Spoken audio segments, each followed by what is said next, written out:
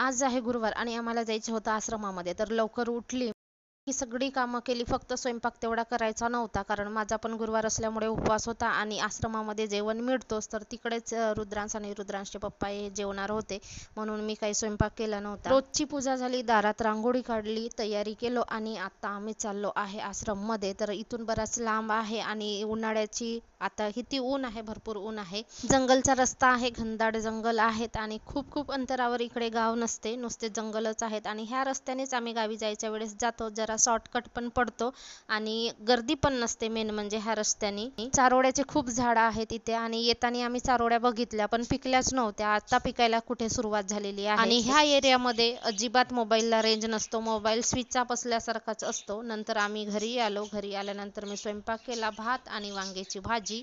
उन्हामध्ये आल्यामुळे खूप थकवा जाणवत होता, म्हणून मी लवकरच स्वयंपाक केला. आता सुरू आहे चहा पाणी.